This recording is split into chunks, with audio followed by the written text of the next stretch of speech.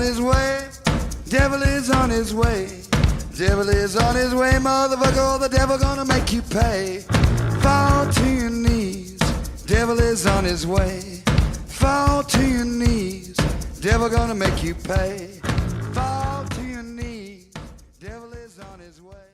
Motherfucker, he's on his way. Hey y'all, welcome back to Mountain Murders. I'm Heather. And I'm Dylan. Sorry for the delay. I know we are a little bit late getting this week's episode out to you all. Of course, there was the holiday and we went out of town for about 5 days. Yes, we did. It was a great time. Needed to take a break, get a little relaxation in, and refocus. Yes, we went to lovely Savannah.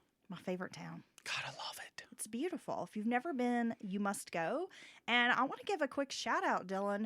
While we were there, we went to the Graveface Museum. It was amazing.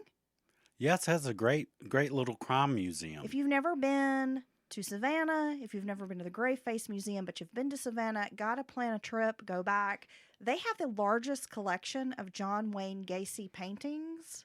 They had a lot. Like in America. They probably had, what, like 50 or 60 Gacy's? At least. Yeah, it was really cool. And I just want one. I know, right?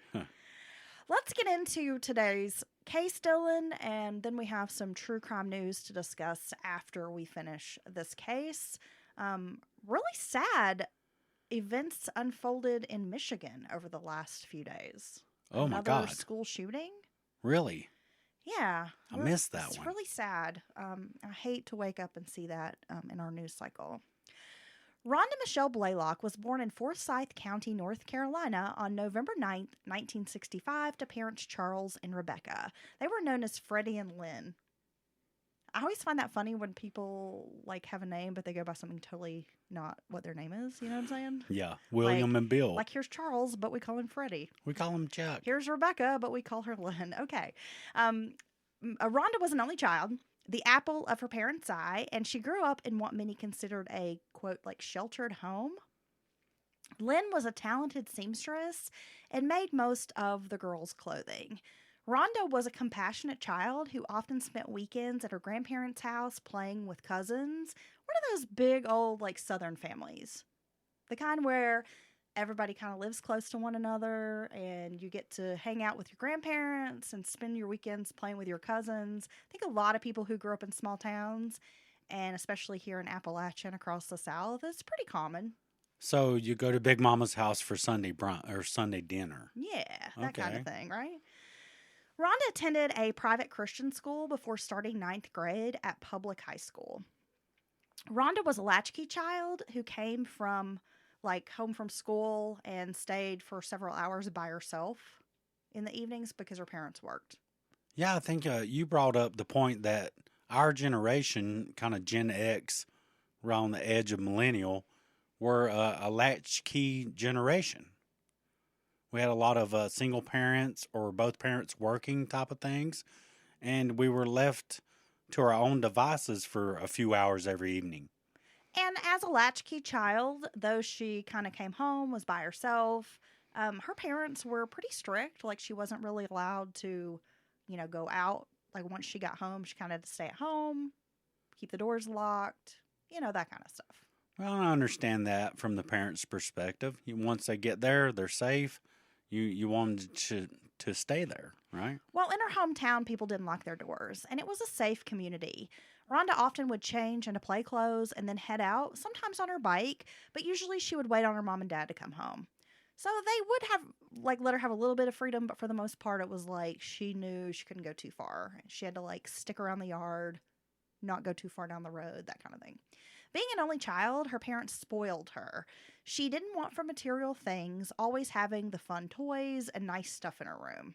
She was a shy kid, but well-behaved, academically successful, and had a certain innocence about her. That's how people who knew Rhonda described her.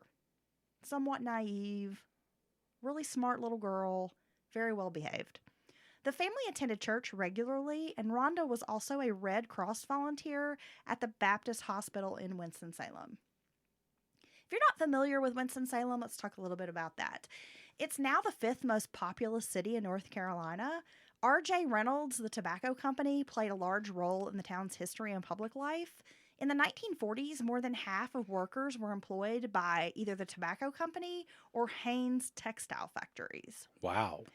And if you've listened to previous episodes that take place here in North Carolina, you know the textile industry was huge in this state for many decades. Yes. It really Yes, it kind of was. fell off in the 90s when most of those companies ended up being like shipped overseas or down into Mexico. Yeah, I remember many textile mills around, or abandoned textile mills around Shelby. Yeah, there's a lot in the Piedmont portion of the state. We live in the mountains, and there's the Piedmont, which is kind of like the middle section of North Carolina, and then you have the coast. And Winston-Salem kind of teeters on the foothills, like just kind of the end of the mountains, the foothills down into like the flatland. Yeah, I must say, I go by Winston-Salem all the time, but I never have been into the downtown area. It's pretty cool. It's like a neat little city. If you ever smoked Camel cigarettes, they were likely from Winston-Salem. At its peak, the company, the tobacco company, had 30,000 employees, Dylan. That's incredible. Now they have about 3,000. The town is nicknamed Camel City. Ooh. Camel City hosts the headquarters for not only Hanes Brands, but Krispy Kreme Donuts, Lowe's Foods, K&S Cafeterias, and T.W. Garner Foods, who are known for making Texas beef. Wow. Wake Forest University, Winston-Salem State University, Salem College, and the University of North Carolina School of the Arts are important educational institutes in that area.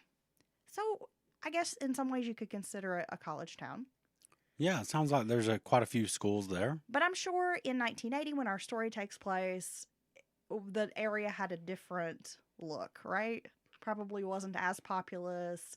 But it sounds like, there were a lot of good paying jobs, a lot of middle class folks, not a lot of nice little communities and like little suburbs popping up. Yeah, these are the types of jobs that supported the middle class that made it grow. In 1980, 14-year-old Rhonda was a typical teenager who had been a Girl Scout, and she also enjoyed hanging out with friends. She loved Michael Jackson. Well, I loved his music. His Off the Wall album had been released the year before, and she loved listening to it on her record player. She would have dance parties in her bedroom with the album on repeat. Well, Michael Jackson loves her too. Don't stop till you get enough. Keep on. And you don't stop. I mean, Off the Wall had some bangers. It was a good dance album. Yeah, I'm not as familiar with that one. It was like his first solo album when he left the Jackson 5. Okay. So it had kind of that almost disco feel. So post ABC 1-2-3s. Yeah. So it had a little bit of that disco appeal, pop music. Rhonda was kind of naive girl, but she had kissed a few boys and often told her cousin Sherry about the experiences. Well, I've never been kissed. Well, there's probably a good reason for that. Rhonda attended Atkins High School in Winston-Salem, where she made a whole new group of friends. Because remember, she had gone to like a private Christian school up until high school. Well, yeah, I would think the private school kind of shelters you in a way, away from the private sector, the private school system. Like you don't get to mingle with as many different kinds of people, right? Right. So it was around 3:15 on August 26th of 1980 that the freshman and a new friend were walking home on a gorgeous day. When they passed the Rural Hall bowling lanes, a man driving a blue pickup truck asked the girls if they wanted a ride. He told them his name was Jimmy, but everyone called him Butch. Rhonda's friend was dropped off first at some railroad tracks near the intersection of Tuttle and Pretty Road. When Rhonda failed to show up after school, her parents were clearly worried. It was unlike their daughter to lollygag after school, and when she didn't show up, they immediately called the police to report her missing. Well, yeah, when you have a child or a young person who does everything they're supposed to every day, you quickly notice that something isn't right. And they had no idea that she'd accepted a ride from this stranger. Rhonda's friend described the man as being in his late teens or early 20s. He was tall, weighed about 165 pounds, and had straight brownish hair, kind of feathered on the sides. Ooh. That super, like, late 70s, early 80s look. Like some VO5 action? Oh, like, yeah, totally. He probably used a hair dryer. He was like, don't hit my hair. I spent a long time on my hair. And Watch then you my hit hair, it. Ma. You hit my hair. So he had the feathers on the sides and some light facial hair. He was wearing a ball cap and aviator sunglasses. Man, the aviator sunglasses are tied to so many creeps back in the days. They were a look for sure. Yeah. His truck was a 1970s model truck, which the girl described as immaculately clean, but she didn't exactly know what kind of truck it was, except that she did see the word Chevrolet on the steering wheel, so she assumed that meant the truck was a Chevy. Well, I think that's a good indicator. Right? But, as a kid, you don't really probably know, like, what vehicles are. He listened to rock and roll music on the ride, and she said he was, like, smoking cigarettes. So, I mean, this pretty much describes what, like, 3/4 of the male population in, like, 1980? Well, yeah, I think so. So he's got the feathered hair. He's rocking a Chevrolet truck with the rock and roll music, and he's smoking the shit out of some Winstons or He's something. probably listening to, like, the Edgar Winter Group's Frankenstein. Dun, dun, dun, dun, dun, Yeah. dun, dun, while he's, like, driving around smoking. Do He's it. a cool dude. Well, her parents put up these missing persons posters featuring this adorable little girl with pigtails. She had red hair, bright eyes, a big smile. And they're immediately, like, getting to work, putting up these posters, canvassing the neighborhood, trying to figure out, like, what has happened to their daughter. Of course, her friend comes forward. We got to ride with this guy. Everybody's looking for this truck, but this is a super common truck at the time.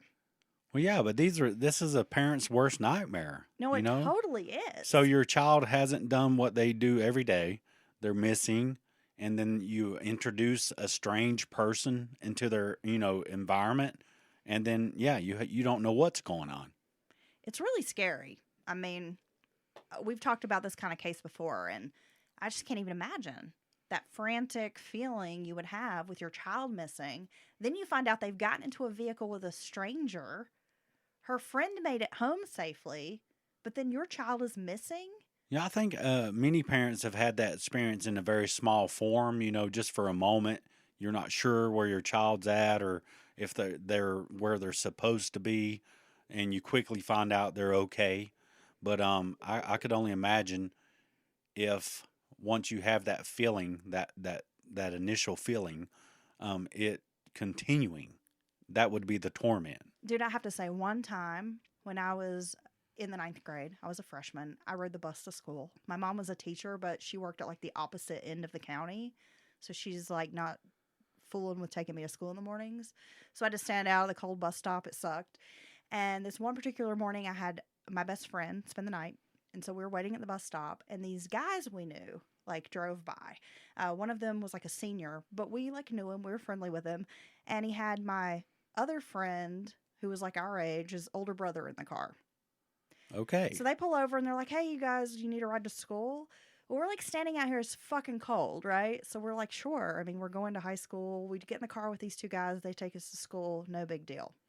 Later that afternoon, when my mom comes home, she is mad as hell at me. I got into so much trouble for getting a ride with these two guys. Whoa. Did the bus driver say you weren't there or something? I have no idea, because my mom is, like, a crazy person, so I have no idea what little spy she had, like, watching me. She probably had, like, a little GPS on me before they even had GPSs, because she was so strict. Hidden inside your shoe. Oh my God, I got in so much trouble for accepting a ride from these guys. And I was like, look, it's, my friend Brad, and it's my other friend's brother Brad, like, and my mom knew my friend's older brother, like, we knew their family, right? Like, my mom grew up with their dad. I mean, so it wasn't like they were strangers. She was like, I don't care. Do you know what could happen to you? You could be raped and murdered and thrown in a ditch. And I mean, yeah, she has a point, but I was just like, dude, calm down. Well, I was going to say, you're considering your mom. The reason she didn't drop you off and you were out there in the cold waiting on the bus is because she didn't give a fuck about you. Okay, well, there's that. And she wanted to go, whatever, just leave 20 minutes earlier and drop her off, bruh. Well, anywho, I got into a lot of trouble for taking a ride. Damn you. From accepting this ride.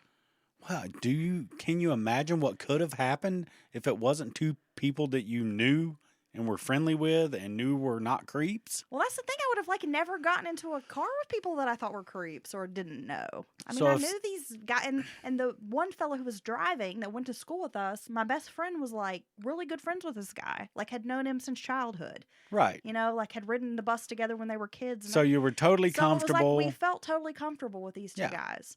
And yeah, but I got in so much trouble. and you went straight to school. So after that, I was like, no, I knew better than to ever accept a ride from anyone So you can stand out there and snot falling out of your nose Yes. and wait on the bus. with some little icicles forming on my eyebrows. The fucking cheese wagon. Yeah, so I just thought I'd share that with you, my story about the one time I got in a car with, quote unquote, strangers. Well, and that wasn't really strangers, though. Well, they weren't. It but wasn't some random person that According was to my like, mother, they were strangers, Dylan. "Hey, little girl, you want a ride? Yeah. You want a mustache ride? Come on Ew. in and get Why in do you my have to make it like even grosser Get than in- like? get in my 1976 LTD." Yeah, Did they even have a '76 LTD? I don't know. How about getting my Monte Carlo, girl? Yeah, I know they had a '78 Monte Carlo with the See? deluxe body fins Right? because I bought one of Right. those. God, did you? God, it was like primer gray and had bright red interior. It was incredible. Had the curves on the side of it, the deluxe body. Why do I feel like Dylan was getting so much ass in this car? I was getting no ass. I believe it. I had to pay for ass. You're still old and not getting any ass. Okay, let's talk about this story some more, Dylan. Okay. So on Friday the 29th, 3 days after Rhonda's disappearance, her partially clothed body was found in the woods off Seacrest Road in Surrey County, a few yards from the Stokes County line. It was about 18 miles away from where she was last seen in the suburb of Rural Hall, North Carolina, Oh my God. just outside of Winston-Salem. Rhonda's manner of death was stabbing.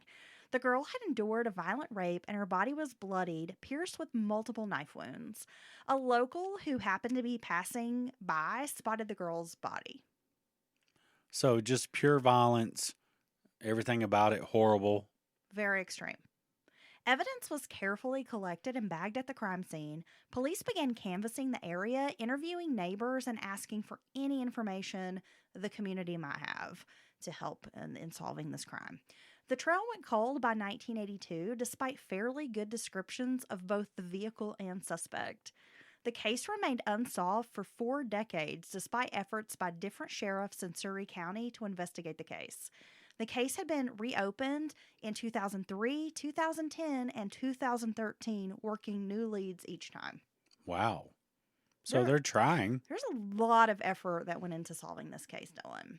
It was finally in 2015 that Sheriff Graham Atkinson formed a task force, which consisted of the SBI, the State Crime Lab, State Bureau Cold Case Unit, and the South Carolina Law Enforcement Division, SLED.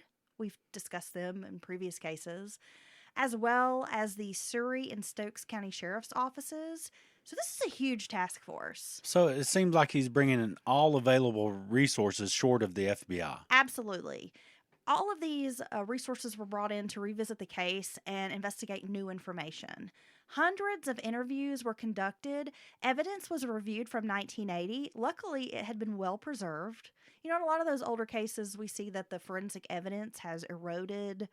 Time has, caused like wear and tear, if you will, on the evidence. And when they go to re-examine it, there's just not enough. It's degraded. Well, yeah, I mean, these evidence lockers are cleaned out periodically over tens of years Items or whatever. get lost. Items get lost. Mislabeled, misplaced. Witnesses die. I mean, there's just so many problems with the cold case.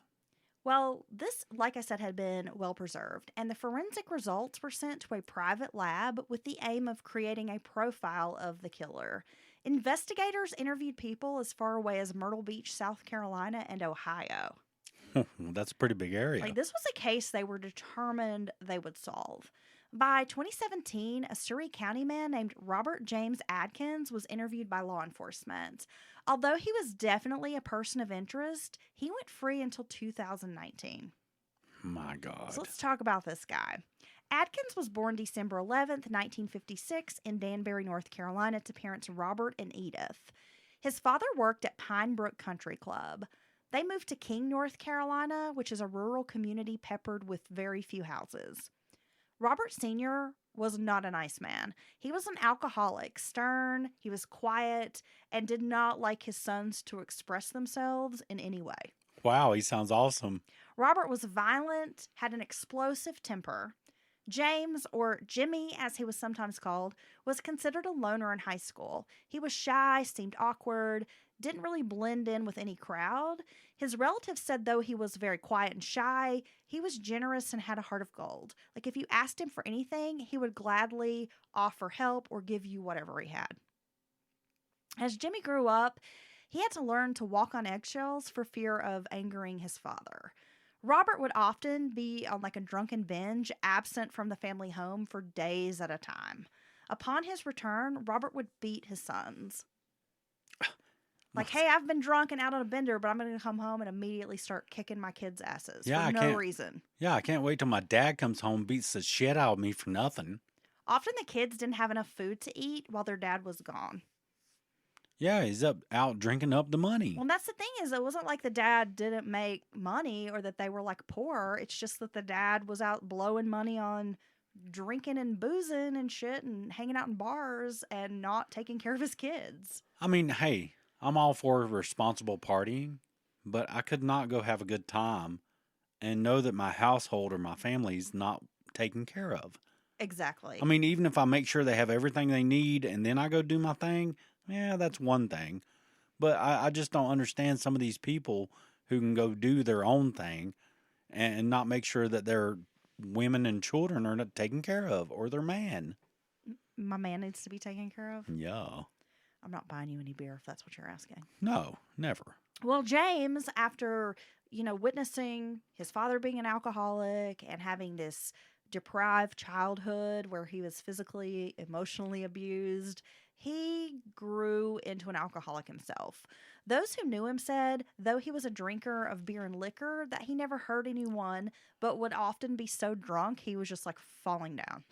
Yeah, and that's a sad cyclical part of this type of household is that even if you say you're never going to be like your parents, it seems to creep in around the edges.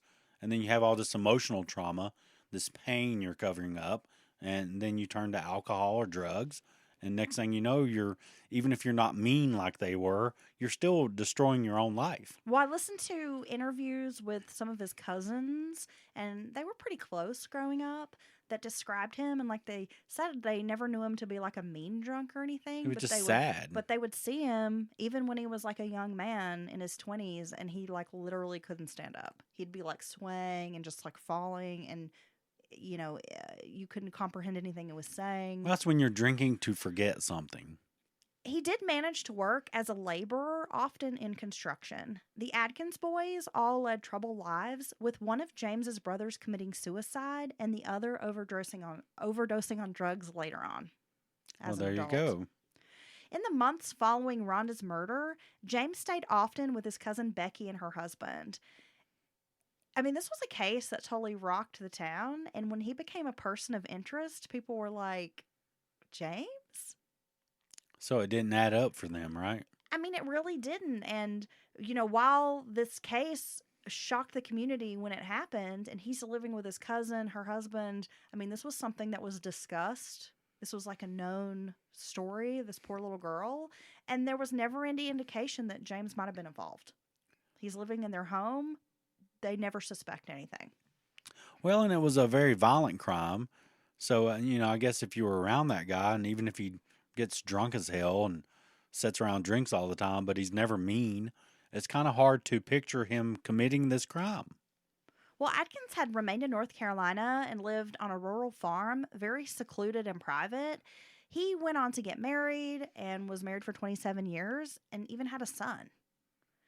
But I guess was like a functioning alcoholic because he's still working, but he's got a lot of alcohol issues. But it was on August 2nd of 2019 that Adkins was arrested and charged with forcible rape and first-degree murder in the case of Ronda Blaylock. Now, unfortunately, Rhonda's parents didn't live to see a suspect charged in her case, but the victim's relatives, especially a cousin named Kevin Thomas, was vocal about Adkins' arrest. Adkins had no other felony arrests on his record, but he did have a history of driving while intoxicated, and failing to stop for an accident. Well, I mean, that's still pretty good stretches from rape and murder, But it's right? the DNA that like busted him. Well, yeah, I Like, when mean, they sent the forensics in, I mean, it came back. This is a guy. well, yeah, and that's pretty wild there. And see, you have a guy like that who no one suspects because he doesn't seem to be outwardly violent or mean to people, and so I guess that's the one that you would never would think could commit this crime. Well, by the time he was arrested, Adkins had poor health, including chronic obstructive pulmonary disease, hypertension, and diabetes. In the end, Adkins was offered a plea deal negotiated by his attorney because he was considered too ill to stand trial. He pleaded to charges of second-degree murder and second-degree rape. The judge, Angela Puckett, sentenced him to 21 to 25 years on each charge, and he will serve both of those sentences at the same time. Kevin Thomas said the family wasn't happy with the deal. He said, quote, "We just hope with all things considered he dies in prison." Well, yeah, I guess that's all you could wish for. Now, Adkins now resides in Alexander Correctional Institute. He is projected to be released in 2031. Okay. His relatives were all surprised by his conviction. His cousin Billy said, quote, "You never really know anybody. I don't know how a man could live with himself after doing something like that." And his cousin Becky said, quote, "He's not the person I knew growing up. It just shocked me that he was accused of it. I don't want to believe he done it." Well, I can't blame them because you wouldn't want to know that you shared a house or family dinners with a person that's capable of this type of violence. Because what's described to have happened to that poor girl is just monstrous. There's no other word. Questions still remain about James's motive for killing Rhonda. His cousin Becky told Fox News 8 it was probably fueled by drugs and alcohol. Yeah, I guess. But he's never once given any reason as to why he murdered this poor girl. So he's never gave any more information. They basically nailed him with the DNA, which, if it's properly handled, doesn't lie. And then he's never said why, no motive, nothing that happened, no other answers. Yes. Wow. That's very strange. But this case is pretty interesting, Dylan, when I was first looking into it and then realized that it was a cold case for like almost 40 years before it was actually solved. That's a long time. Well, and when you look at like all of the different sheriffs, because of course sheriffs are elected into office, so they can rotate kind of in and out every term, right? You've had like all these different sheriffs reopen this case over the years. And it finally took a sheriff really putting this task force together, getting this private lab to do DNA testing, that they were able to solve this case. Well, I think it makes it obvious that this case left a mark on law enforcement, the people who had dealt with it, the investigators. They never forgot about it, and it seemed to have left the community cared. But the sad thing is, it's almost bittersweet with these cold cases. Yes, did they finally get someone and hold them accountable? Yes. But they got to live 40 years of their life, without being incarcerated or held accountable. So, I mean, at the same, their parents of the victim are already dead. You have some family members left alive. So it's bittersweet in my mind when I hear about these cold cases, though I am glad when they are solved. Yeah, I'm glad that justice was finally served in this case, but it is very sad that her parents never saw someone convicted and that they never really had an answer. And the family still doesn't really have an answer. It's like, why did you do this? I mean, that would be my question, is just why? Well, what made you do this to a sweet, somewhat naive little girl? Well, I mean, even if you say, "Oh, I was drunk or drugged out of my mind and didn't realize what happened till after the fact," at least that's something, I guess, even though that's very senseless and without meaning. But to just be mum and never say anything about why or when or why anything is kind of continuing to be a cold individual in my mind. Dylan, let's talk about a little bit of true crime news that's happened. I have a news flash first. Couple of days. What's that? Today's episode of Mountain Murders is sponsored by our newest patron, Allison. Hi, Allison. Thank you. I waited to make it special. Dylan, this is a very unusual crime case Oh, that's God. in the news. Tell me more. A Massachusetts woman was found guilty this week of second-degree murder in the killing of her former classmate. This woman is 24 years old. Her name is Julia Enright, and she was accused of fatally stabbing 20-year-old Brandon Chickless in a treehouse What? near her home on June 23rd, 2018 in Ashburnham, Massachusetts. So there is this a random tree house or is it somebody's tree house? Okay, let's talk about this a little bit. Oh my So gosh. after the murder, Enright wrapped this man's body in a blue tarp and dumped him along a highway in New Hampshire. During the trial, prosecutors argued that Enright, who was a phlebotomist by trade and also a dominatrix, and they mentioned a Marilyn Manson fan.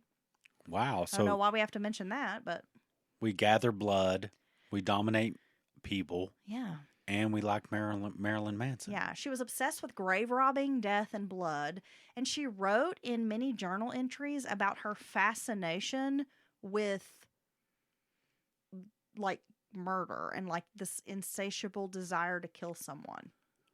Yeah, see, I think this is a type of thing that feeds like thrill kills, these random, violent attacks or murders, just for the pure, just the feeling of having done it. And I certainly think that even though we're true crime fans, and a lot of our friends and family may describe us as a bit macabre with our, taste of oddities and bones and Horror movies. things of that We nature. like gore. Gore. I like to look at autopsy photos. Well, you have gore horror on your car as Yeah, a sticker. I do. And that does get me some looks in this small Bible Belt town, which I don't give a fuck. But anyway, I think there's a But that doesn't make me a murderer. No, That but doesn't there's a make fine you line. A serial killer, right? no, this obsession when you're really, really into something. And I think when you get into the macabre, you can be overly into it. You can be like so fascinated and thinking about it so much, and just like the what ifs and the I wonder what it feels like. That can be very unhealthy. I do think, especially in that genre. Yeah, I mean, I think there's like a specific kind of person that maybe gets into that. Like Rod Farrell. We discussed him. He was like the vampire Yeah. who, killed this girl's parent, and we discussed that case. I mean, I think you have these certain people who are into maybe the goth look, or they like horror movies or whatever, but they also just have this maybe sociopath or psychopathic nature. Well, that's it. See and what they you're. get into it. Yes. But it's like you can't blame being a Marilyn Manson fan on murdering people, because I think there's a lot of people out there who grew up listening to the Dope Show and they didn't go out like on a killing spree. No, but what it is you nailed it on the head. Is these people who are stalkerish, these obsessions that take over their lives. They just happen to be about murder, and then therefore they delve off into this kind of dark scene. But there's something wrong with that person. Right. I mean, John Mentally. Wayne Gacy was a fucking children's birthday clown. Right. So you can't judge a person's interests and say that that's what drives them or motivates them to be a murderer. So I always think it's funny when they throw that up in court or try to use that against somebody. Oh, it's the rap music. It's the rock music. It's Marilyn Manson. It's Eminem. They were a Nickelback fan. It drove them to murder. I mean, come on. Now, speaking of Gacy, can you imagine all the parents that hired Pogo for their children's birthday party or whatever event after the fact was like, what the fuck? This guy was Yeah. around my family and kids? I feel like as a child, I would have been traumatized if they'd brought in a fucking clown to my birthday. I was never big into like clowns, and I always thought they were terrifying. Clowns are fairly creepy. I've seen some really funny, friendly clowns in my day. But I got to say, Gacy and his pogo, he's there's nothing but creepiness about him. Oh no, it's really weird. He's a really fucking scary clown. So in one journal entry, she said, "I just have an insatiable curiosity to kill a person." Yeah. So prosecutors have said that Chickless's murder was a gift to to Julia's boyfriend. Oh, hey, I got you a dead body for your birthday. It was a form of a present. She wrote on her MacBook about 5 days after the slaying. I just did it for him. That was my intention. She also referred to being turned on by the murder. Do you have a receipt for this body? Because I'm not sure it fits. What the fuck, dude? No, but this speaks on her mental illness, her mind. I mean, she's caught up in something that's not healthy and very dark. And obviously, no one wants a dead body for their present. Let's be honest. Prosecutors argued that Enright lured Chiklis, she had dated this guy back in high school, to the treehouse for a sexual encounter.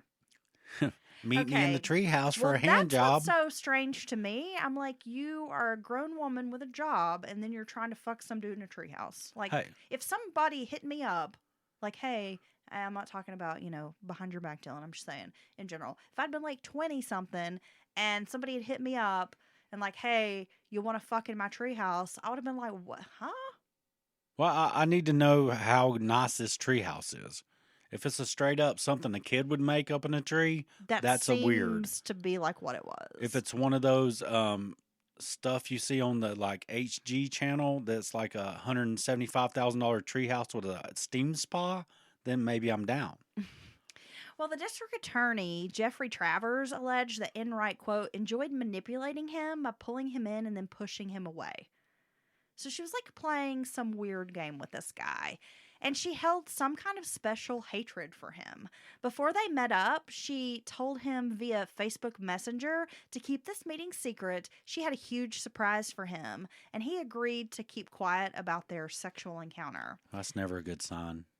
Don't tell anybody where you're going. So around the same time that she was messaging Chiklis, she was sending her boyfriend texts that read, "Do you think we could add bubbles to a bloodbath?"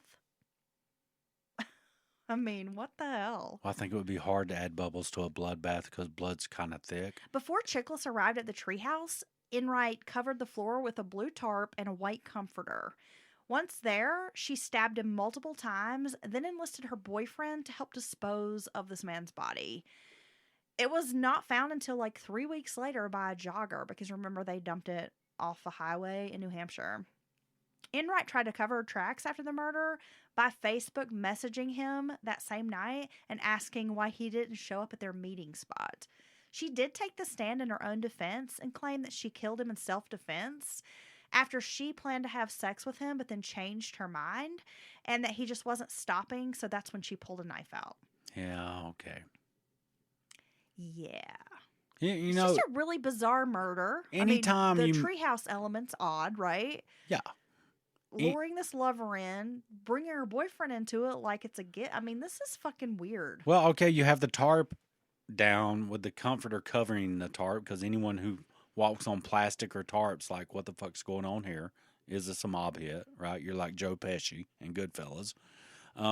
But then you message the person that you know very well is dead already, trying to some fake ass, hey, I didn't meet you, or are you okay? Some dumbass stuff like that. That's weird, right?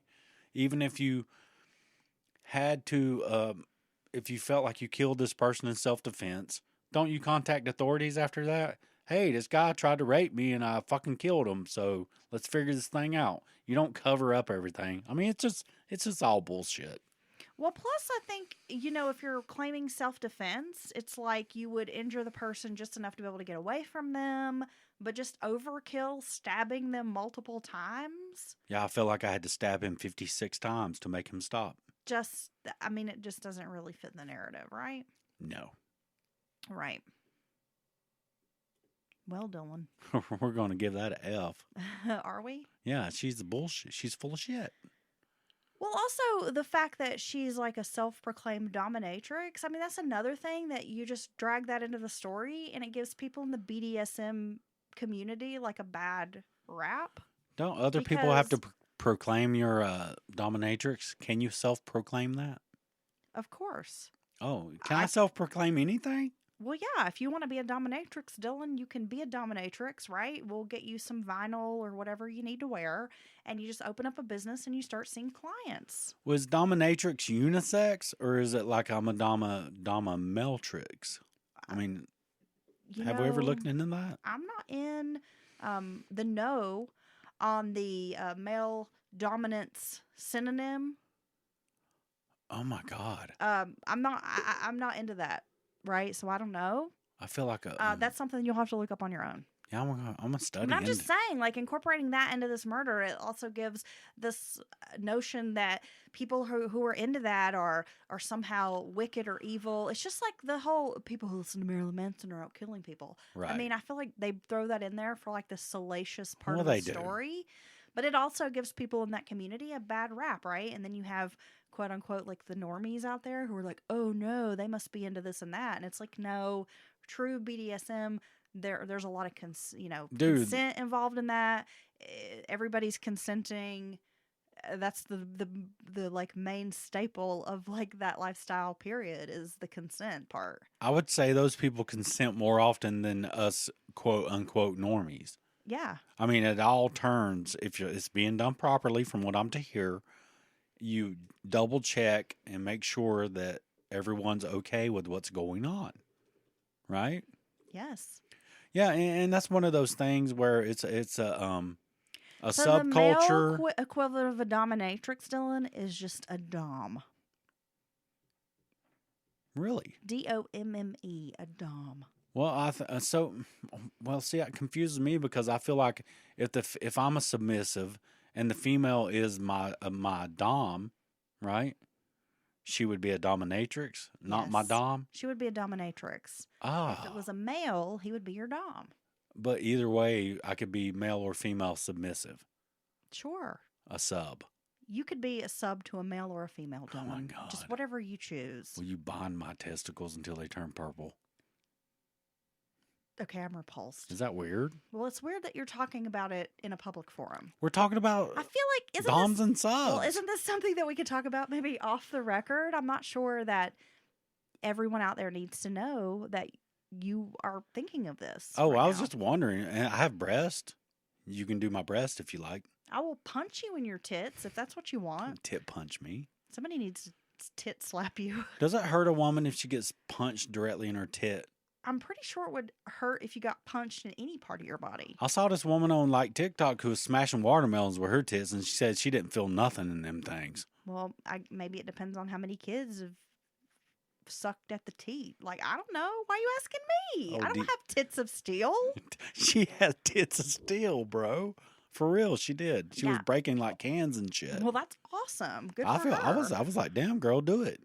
I love When did you that. figure this out? You like knock a guy out with your tits? It's like I'm like, hashtag wow. feminism. Well, you know, Dylan, when I played roller derby, Mm-hmm. I have to say that as a jammer, getting through a blocking wall, right? I had a lot of upper body strength to do that. Yeah, you got big shoulders. Well, they would always, my teammates would always laugh and be like, "Oh, she's doing the titty shake through the line or Ah. whatever," because I'm So- busty. You do have tits of steel. So even though I'm like shouldering my way in, part of it's like my boobs are like knocking people all the way. God, knock me out, baby. I want to knock you out, but for like completely other reasons. Okay. I think our puppy is at the door and he wants in the podcast studio. That means we're going to wrap up this episode. We're going to wrap it up now. Thank you for your odd participation. And I guess we'll come back and report whether you get your balls tied up or whatever that is that you're wanting. And yeah.